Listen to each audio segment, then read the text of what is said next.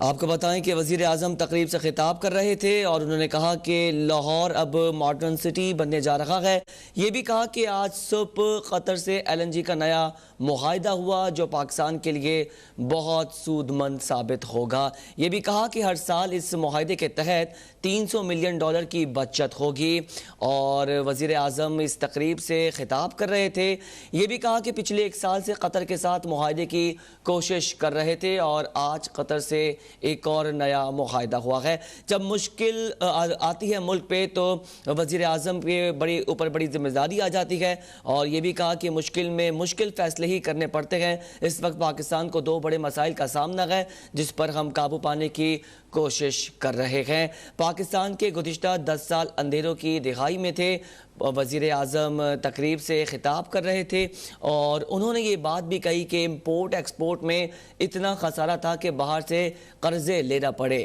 وزیر اعظم اس پروجیکٹ کے حوالے سے اپڈیٹ کر رہے تھے اور یہ بھی کہا کہ یہ پروجیکٹ جو ہوگا پاکستان کے لیے بہت فائدہ مند ہوگا.